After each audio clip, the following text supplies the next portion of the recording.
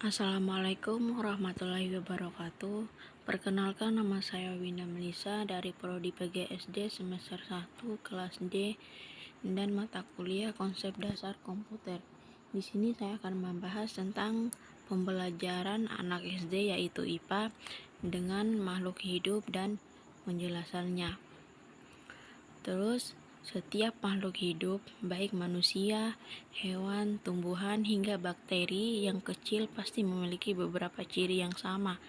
Walau memiliki bentuk dan organ yang berbeda, namun tujuan akhir dari setiap organ tersebut bisa jadi sama.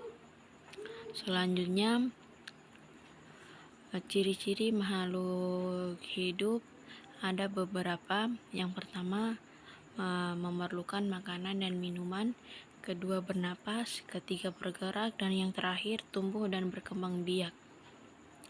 Memerlukan makanan ada beberapa ciri. Yang pertama, untuk bertahan hidup, semua makhluk hidup perlu untuk makan dan minum.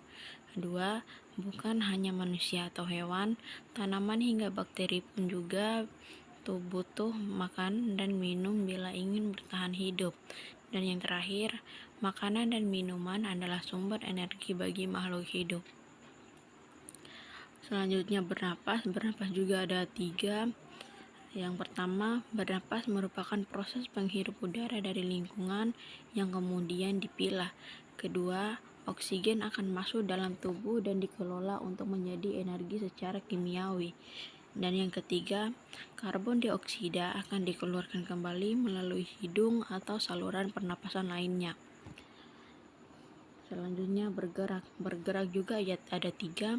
Yang pertama, semua makhluk hidup perlu melakukan aktivitas untuk bertahan hidup.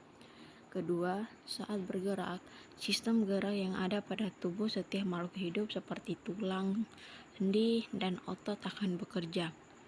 Terus yang terakhir, bukan hanya dilakukan oleh hewan atau manusia, tapi tumbuhan hingga bakteri juga bisa bergerak dengan cara yang berbeda-beda. Selanjutnya, yang terakhir yaitu tumbuh dan berkembang biak. Tumbuh dan berkembang biak juga ada 3. Yang pertama, setiap makhluk hidup akan mengalami pertumbuhan dan juga perkembangan biak. Yang kedua, pertumbuhan bisa dilihat pertambahannya ukuran tinggi dan berat. Terus yang terakhir, bukan hanya manusia yang mengalami pertumbuhan, tapi hewan, tumbuhan, hingga bakteri juga mengalami pertumbuhan. Thank you for listening. Sekian dari saya. Wassalamualaikum warahmatullahi wabarakatuh.